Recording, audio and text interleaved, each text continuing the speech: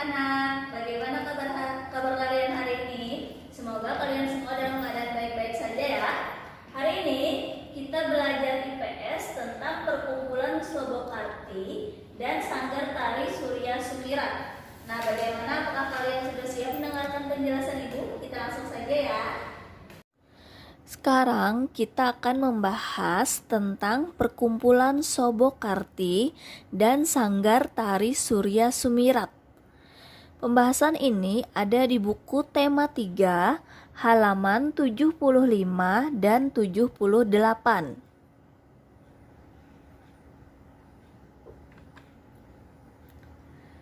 Mengenal perkumpulan Sobokarti di Semarang. Perkumpulan Sobokarti di Semarang merupakan organisasi sosial budaya yang berfokus kepada kegiatan keilmuan dan kesenian rakyat pada awal abad ke-20. Organisasi ini digagas oleh beberapa tokoh seperti Pangeran Mangkunegoro VII dan Insinyur Thomas Karsten, seorang arsitek dan perancang tata kota di Hindia Belanda. Organisasi ini resmi berdiri pada bulan Desember 1920. Nama Sobokarti berasal dari Sabha yang berarti tempat atau ruang pertemuan, sedangkan Kirti berarti perbuatan yang baik. Pada mulanya, organisasi ini melakukan kegiatan di Paseban, Kabupaten Semarang. Jumlah peminat yang semakin banyak memunculkan ide untuk membangun sebuah gedung yang mewadahi kegiatan tersebut.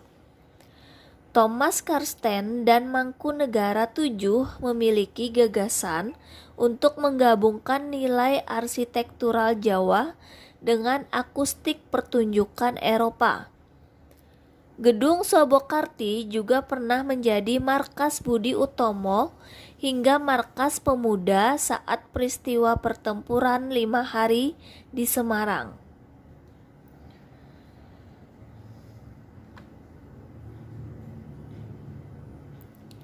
Kegiatan yang dilakukan pada perkumpulan ini antara lain kursus pedalangan, kursus pranata acara atau pembawa acara, kursus membatik, latihan tari, latihan karawitan, hingga pentas rutin pedalangan. Beberapa jenis tarian yang diajarkan adalah tari tradisional Jawa Tengah dan tari kreasi daerah. Di Sobokarti, murid putra harus bisa menari putri, dan sebaliknya, murid putri juga harus bisa menari putra.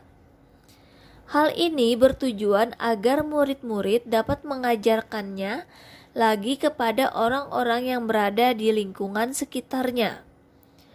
Perkumpulan Sobokarti juga merupakan sebuah contoh pembangunan sosial budaya masyarakat. Dalam hal ini disebut sosial karena tumbuh dan berkembang dalam kehidupan masyarakatnya.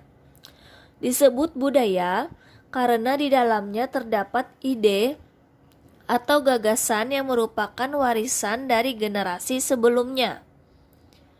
Hal inilah yang mendasari pembangunan sosial budaya yang memang dirancang untuk meningkatkan taraf hidup masyarakat di dalamnya.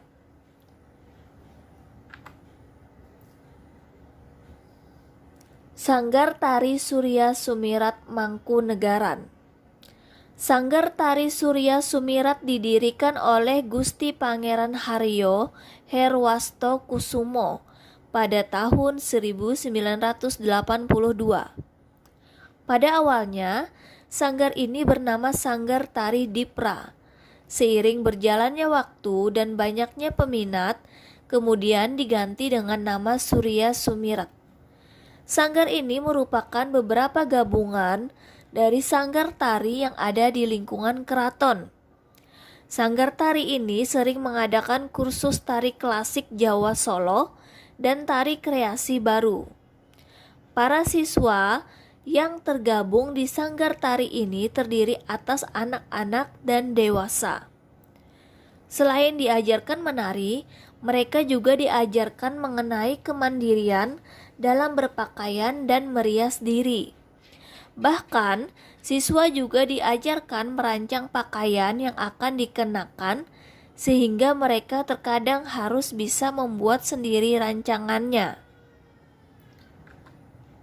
Pada Sanggar Tari Surya Sumirat, kegiatan dilakukan 2 kali dalam seminggu, dengan durasi waktu latihan masing-masing selama 2 jam. Jumlah pelatih di sanggar ini berjumlah 8 orang dan sebagian besar merupakan alumni Institut Seni Indonesia, Surakarta.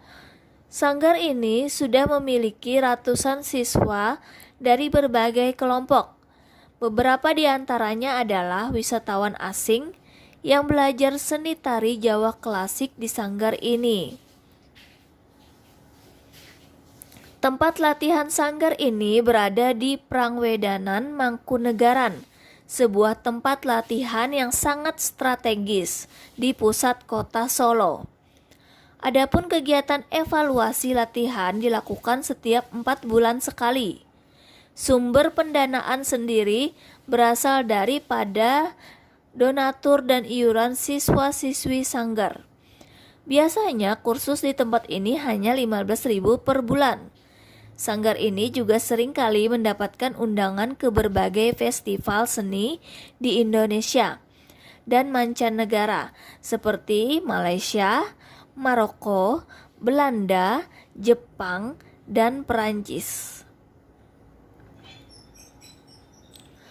Tugas hari ini yang pertama, jelaskan tentang perkumpulan Sobokarti.